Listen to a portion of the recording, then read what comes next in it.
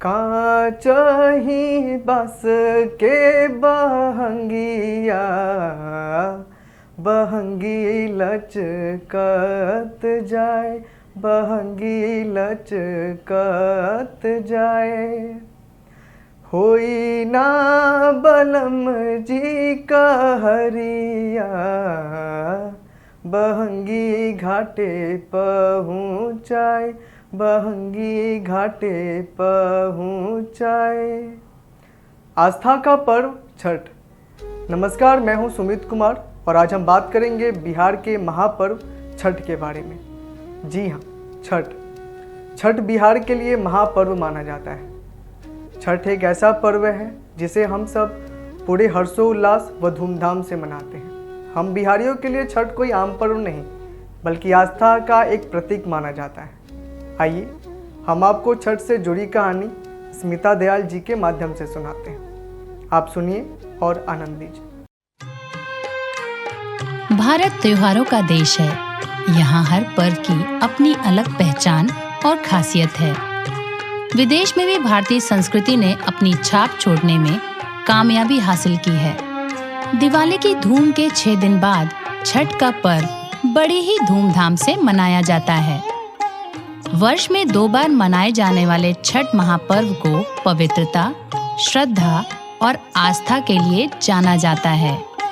पहला छठ पर्व चैत्र माह में और दूसरा कार्तिक माह में मनाया जाता है।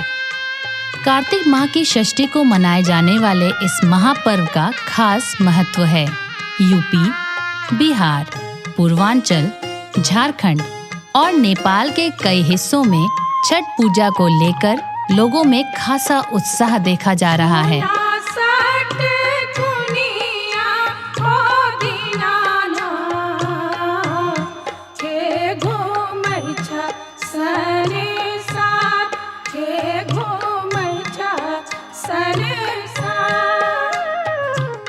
आज हम आपको छठ पूजा की विधि, शुभ मुहूर्त और इसके इतिहास के बारे में बताने जा रहे हैं। प्राचीन काल से ही छठ पूजा का विशेष महत्व रहा है। इसका आरंभ महाभारत काल में कुंती ने किया था।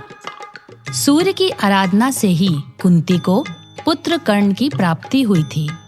इसके बाद कुंती पुत्र कर्ण ने सूर्य देव की पूजा शुरू की। वह भगवान सूर्य का परम भक्त था। प्रतिदिन घंटों कमर तक पानी में खड़े होकर सूर्य की आराधना करता था। सूर्य की कृपा पाकर ही वह आगे चलकर एक महान योद्धा और दानी बना।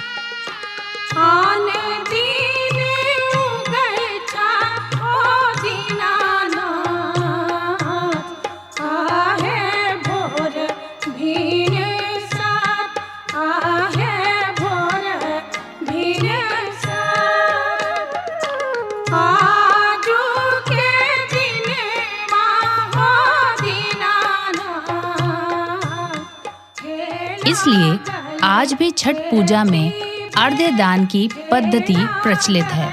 वहीं दूसरी ओर पांडवों की पत्नी द्रौपदी को भी नित्य सूर्य की पूजा करने के लिए जानते हैं। वे अपने परिजनों के उत्तम स्वास्थ्य की कामना और लंबी उम्र के लिए नियमित सूर्य देव की पूजा किया करती थीं। जब पांडव अपना सारा राजपाट जुए में हार गए थे, तब द्रौपदी ने छठ व्रत रखा था। इस छठ के व्रत से द्रौपदी की सभी मनोकामनाएं पूरी हुई, साथ ही पांडवों को राजपाट भी वापस मिल गया। छठ पर्व का रामायण में भी उल्लेख किया गया है।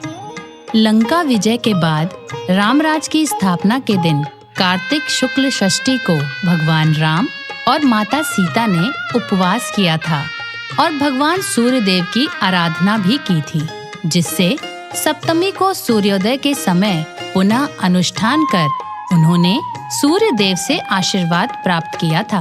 छठ पूजा का सबसे महत्वपूर्ण पक्ष इसकी सादगी, पवित्रता और लोक पक्ष है।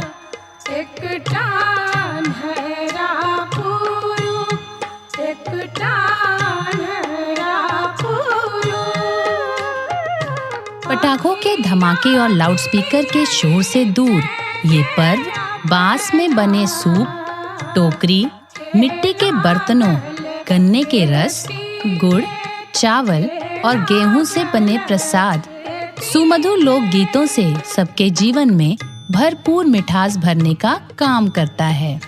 छठ महापर्व के व्रत की विधि।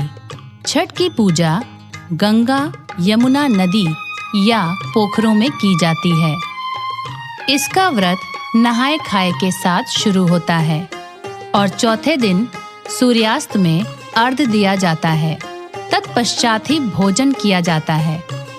इस व्रत में महिलाएं 2 दिन तक उपवास रखती हैं और अपने पति व पुत्र की दीर्घायु की कामना करती हैं।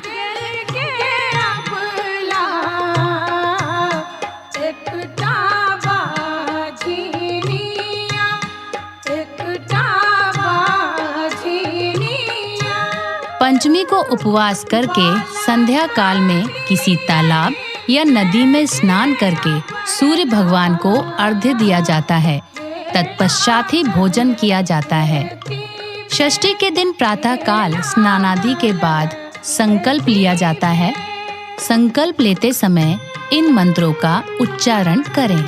चलिए अब मंत्रों का उच्चारण करते हैं। ओम अधः अमुक गोत्रो अमुक नामाहम मम सर्व पापन क्षय पूर्वक शरीर रोगार्थ श्री सूर्य नारायण देव प्रसन्नार्थ श्री सूर्य षष्ठी व्रत करिष्ये। पूरा दिन निराहार और निर्जल रहकर पुनः नदी या तालाब पर जाकर स्नान किया जाता है और सूर्य देव को अर्घ्य दिया जाता है। अर्घ्य देने की भी एक विधि होती है। एक बांस के सूप में केला एवं अन्य फल, अलोना प्रसाद, ईख आदि रखकर उसे पीले वस्त्र से ढक दें। तत्पश्चात दीप जलाकर सूप में रखें और सूप को दोनों हाथों में लेकर इस मंत्र का उच्चारण करते हुए 3 बार अस्त होते हुए सूर्य देव को अर्घ्य दें।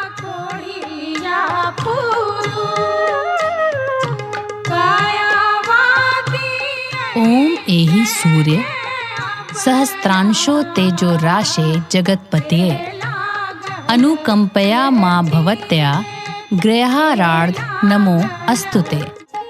तो दोस्तों, हम आशा करते हैं कि इस बार आप छठ बहुत अच्छे से मनाएंगे, पूरे रीति रिवाजों का पालन करते हुए पूरी श्रद्धा के साथ। और इसी क्रम में जाते जाते हम आपको छठ का एक बहुत ही प्रचलित गाना भी सुनाना चाहते हैं। आप सुनिए और छठ को अच्छे से मनाइए।